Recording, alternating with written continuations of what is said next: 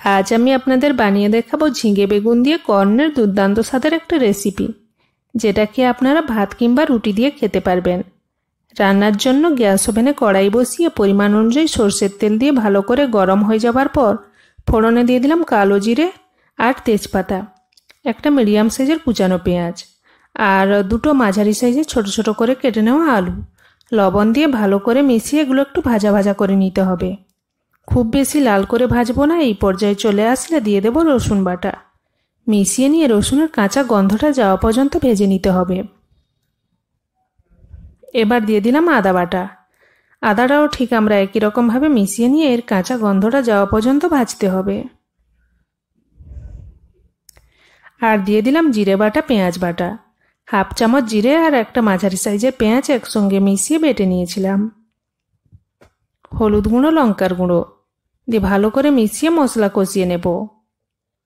মশলা কষানোর সময় গ্যাসের আঁচটা কমে রেখে আমাদের মশলা কষিয়ে নিতে হবে।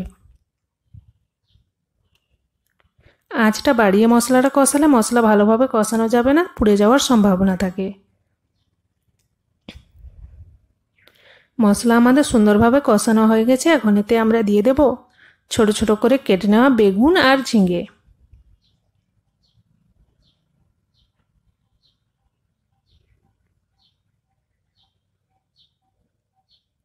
আর এক বাটি কর্ন দিয়ে সব কিছু ভালো করে মিশিয়ে নেব। এখন এতে স্বাদ মতো লবণ দিয়ে গ্যাসের আঁচটা হাইতে রেখে প্রায় 4-5 মিনিট একটু কষিয়ে নিতে হবে।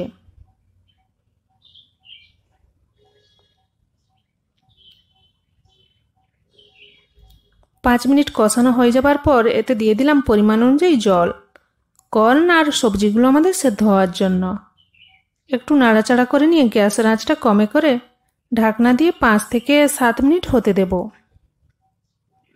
ফিরে আসলাম 7 মিনিট পর। এখন এতে আমরা দিয়ে দিলাম ছোট ছোট করে কেটে নেওয়া টমেটো দিয়ে একটু নাড়াচাড়া করে নেব। আবারও ঢাকনা দিয়ে প্রায় 3-4 মিনিট রান্নাটা করে নেব।